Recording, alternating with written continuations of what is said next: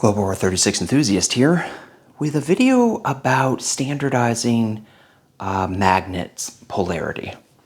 So I have ordered some ships from Axis and Allies Board Gaming.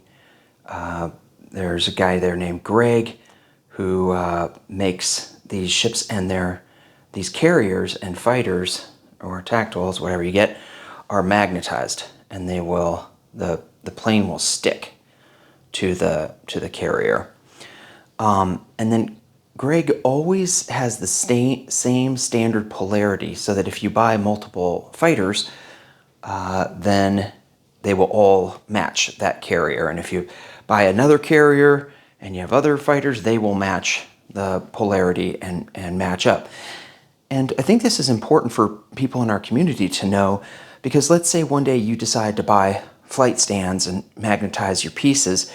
It would be really important that you'd magnetize the same way. You'd have the same polarity every time. So if you didn't, here, let's look at this. So that if I put the carrier down, see if the plane lifts off. Nope. See if this one lifts. Nope, that's actually repulsed. You can see plane doesn't lift off. But that one is polarized the same way. It's mounted the same way that Greg has done it. And it was just a 50-50 chance, you know? So I'm just pointing out to the community, let's look at using the same one, the same standard. Another reason you might want to do that, let's put these over to the side.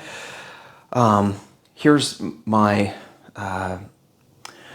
this one's for Vichy, and I kind of used this as my standard once I figured out what Greg had been doing. Then I mounted mine the same way. So you could stack them. You could have another carrier here and another carrier here. So this side here is the up side going up towards you, and then that mounts to the carrier. And then all my tech trackers, I did the same way. I would mount them that way. In fact, this is the way I would glue my tech track markers. I would take a round L, and then I'd put a magnet on top of, or I'd put some glue on top of it, and then I'd put the magnet over it, and if it was the right way, it would just, boom, it would glom on, and if I had it flipped the wrong way, it would be repulsed. So I could get all my markers stacked up, and this is useful when you aren't when these markers aren't yet on the tech tracker, they stack up really nicely. So when you have your little magnets, you can just put them, I have one over here. Okay, so got this little guy here, and I just put him on. If you try to put it the other way and it's wrong, you probably can't see very well, but that's red. And then I marked this side, the side that you can hit with a pen, and I just happen to color it red. Choose any color you want, but whatever you're marking, you can just put a little black dot on it. That's going to be the surface that is the underside of your plane. Does that make sense?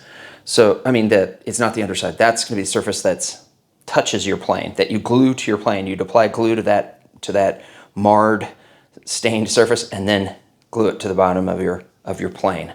All right? And then if you do that, then the surface is up where the plane is. I don't know if this makes any sense, but the stained surface is the one that's touching the plane. Now, let's say, so you're saying, well, how do I know? You worked off Greg's piece here. How do I know how to set up the polarity of my magnets? So if you have a glass of water, and what you want is a tall glass that has a thin bottom. It doesn't have to be like one of those thick whiskey glasses. That's not as optimal as just your cheapo. These are some glasses I've had forever. I think I got them when I was in university. Okay, so you just drop the magnet in. Doesn't matter if you drop it red side up or other side down. I'll try to drop it halfway between. And then it should always land red side up. Because as it's falling through the water, the Earth's magnetic field is pulling and tugging on it slightly, and hopefully by the time it tumbles through the water, it will have oriented correctly, and then you can use a little magnet, pull it up the side here, and then I grab it again. Okay, so I'm going to drop it again and see if we get red. This time I'm going to try to drop it shiny side up, red side down, and see if we can see what happens. And it lands red side up. And you can just do this countless times. I'll just do it a third time because my friend Boston Bruce is suspicious. Let's go in here. Let's see if I drop it again. I'll try to drop it halfway. And you probably can't see, but let's rotate it around and then you might be able to see that it's the red side.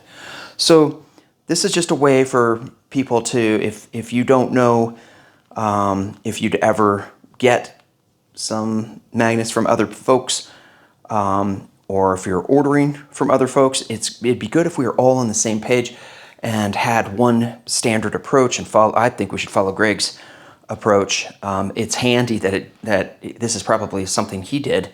I'd be interested to hear, but hopefully this was interesting, and it certainly was interesting for me. Take care.